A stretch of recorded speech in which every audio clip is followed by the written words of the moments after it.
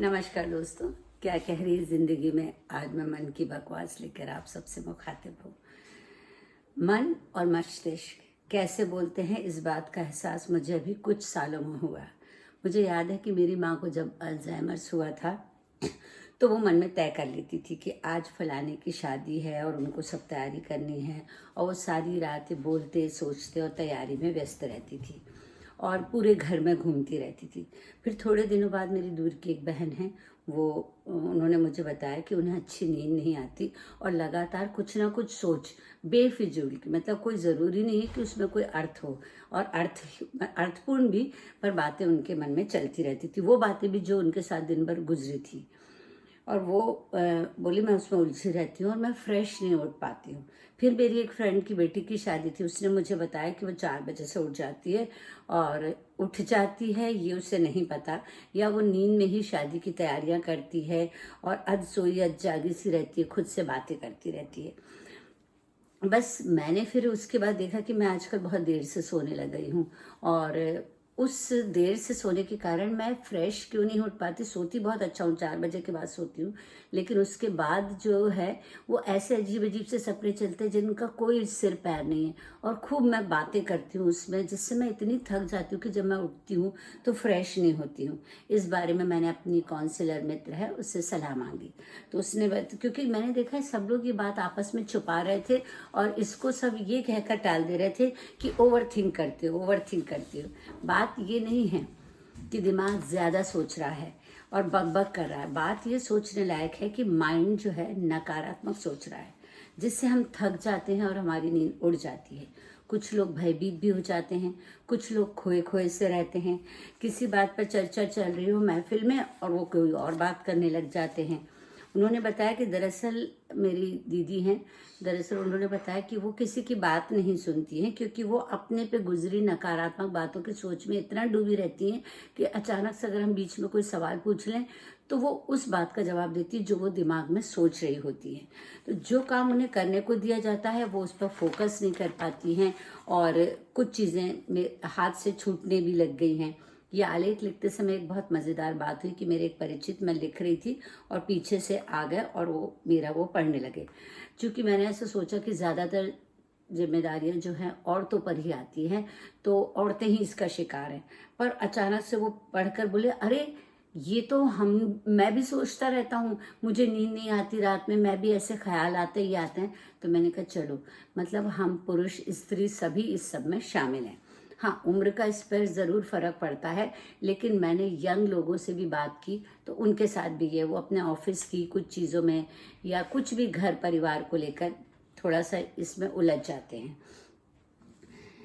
तभी मैंने छेड़ा कि हम पूछते कुछ हैं और आप कुछ और जवाब देते हैं। मैंने उनको छेड़ा था इस बात के लिए। तो उपाय पूछने पर मेरी काउंसलर ने मुझे ये बताया कि आजकल लोगों को मल्टीटास्किंग का बहुत शौक हो गया है, मतलब एक बार में एक से अधिक काम करना, और उसमें हर काम को मुकम्मल होना ज़रूरी है, पर वो हो नहीं पाता है तो आप असंतुष्ट रहते हैं।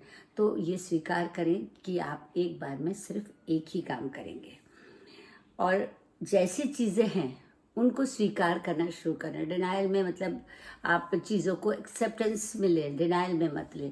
तो स्वीकार करें कि भाई ये हो गया। अब आप किसी की, एक मनोचिकित्सक भी अगर पेशेंट की मर्जी के बिना उससे पूछे इलाज शुरू नहीं करता है। थोड़ा सा तनाव लेना ठीक है, पर अगर आप ज़्यादा, उससे थोड़ा हौसला मिलता है, पर अगर ज़्यादा तनाव होता है तो हमारी नींद भी गुल कर देता है।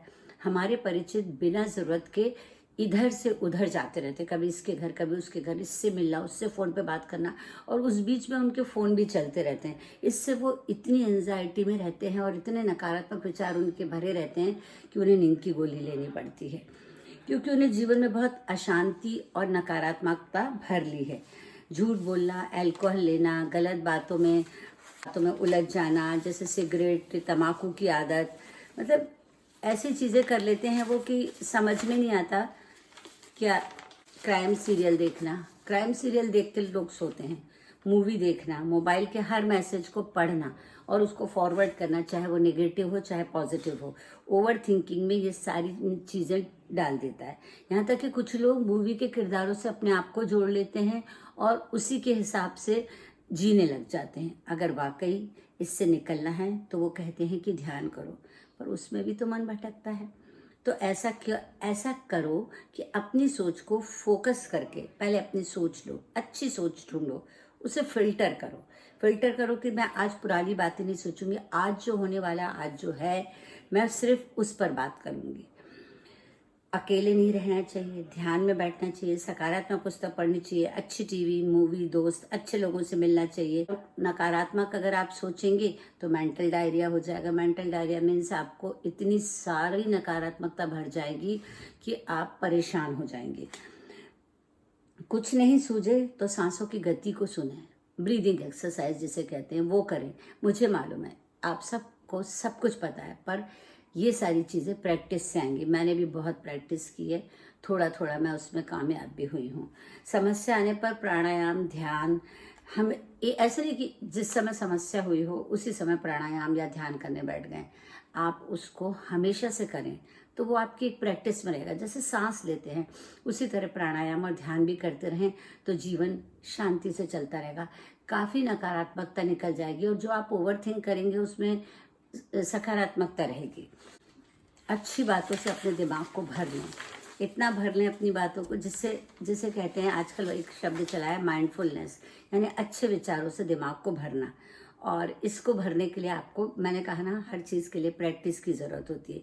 बुरे विचार बार बार आ जाते थे, सो मैंने शिफ्टिंग शुरू की। अब कैसे करें? आप कहेंगे कि विचार तो आते ही हैं, तो शिफ्टिंग करें कि चलो मैं इसको थोड़ी देर के लिए छोड़ देती हूँ, मैं कुछ अच्छी बात सोच लेती हूँ, तो मैं उस अच्छी बात को ध्यान में रखती हूँ।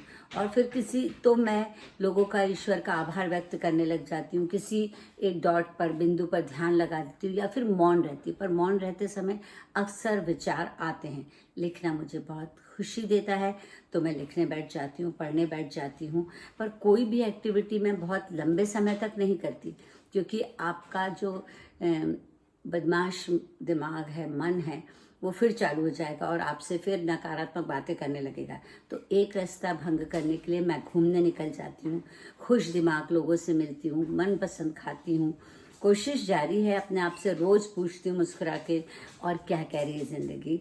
सुबह सवेरे पूछती हूँ ज़िंदगी, और ज़िंदगी भी मुझसे पूछती है और क्या कह रही है ज़िंदगी। शुक्रिया।